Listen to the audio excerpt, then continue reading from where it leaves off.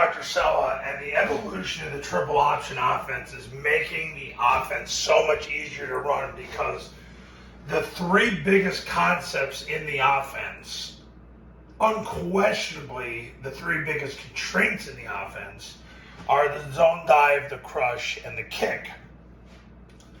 Now, the zone dive is the feature play of the offense, not the triple option, because you need the zone dive to set up the triple option, the mid-triple that predominantly Army and Air Force utilize, and then Navy uses more traditional triple and then mid-triple. But regardless, the zone dive sets it up.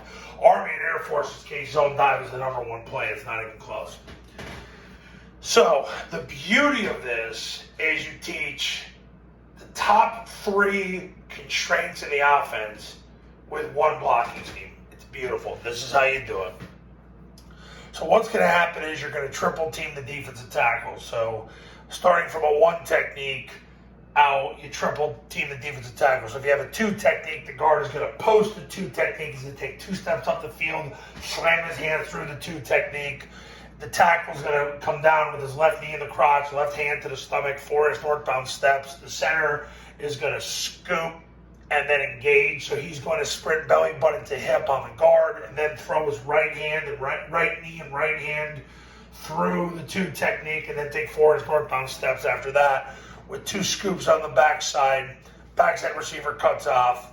A-back is the fourth guy in the wedge. He wedges. He stays on the tackle's right hip. Two hand slams whoever shows. So if number one takes the dive, he two hand slams him.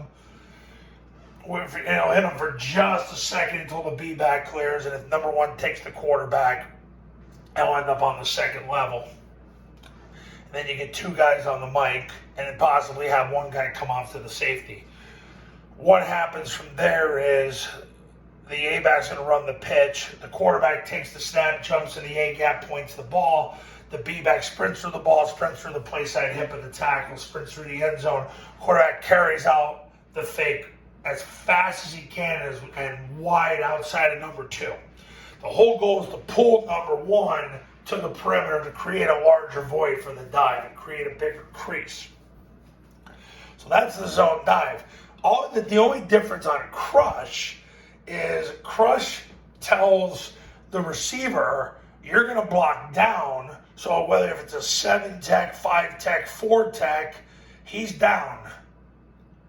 So that's what he's doing. Or it could even be an eagle backer or a mic. But he blocks down. It tells the receiver to block down.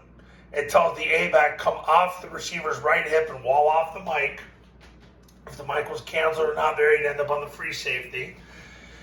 And it tells the quarterback, now you're going to have a read because we're blocking number one 100% for sure. So now you have to read number two because if number two folds into the dive, you're going to pull it and go. It tells the backside A-back when he runs the pitch to get his left knee through the crotch of the corner. So if two takes the dive, the quarterback goes around the A-back's block and they run out of people. Now, that, like I said this in many other videos, that doesn't happen very often in college. Actually, it never happens in college because nobody's dumb enough to put number two on the dive. But in high school, it could happen. And I had clients to whom it happened last year. So that's crush. Now, kick and crush, and this is why you teach it in this order, kick and crush are the same exact thing. The only difference is the B-back's going to kick number two. He's going to put his helmet to the left, right form, throw him, trap him, drive him out of bounds. Quarterback's going to take the snap, take 6 steps to the right, turn up off the play side receiver's right hip and score. That's it. No, between crush and kick, that's the only difference. Everything else is the same.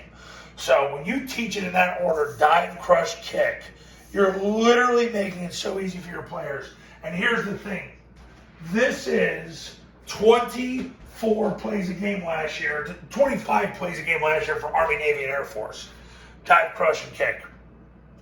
So dive, crush, and kick literally is half your offense. And you're teaching it with one scheme. So it's 3 plays in one. You got one blocking scheme. Yeah, there's a little tag, dive and crush.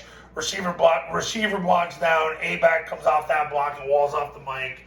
You got to read it in for a quarterback just in case. And then the A-back does the same thing as he does on dive, except the only difference is he's going to get his left knee through the crotch of the corner. So if two's dumb enough to take the dive, quarterback can get around that and they run out of people. Unless the safety can get over the top of that, which, good luck. So, 3 important plays, 1 blocking scheme. Greatest offense in the world. And on top of it, you've got an offense where you're triple teaming and not blocking 2 people without a read.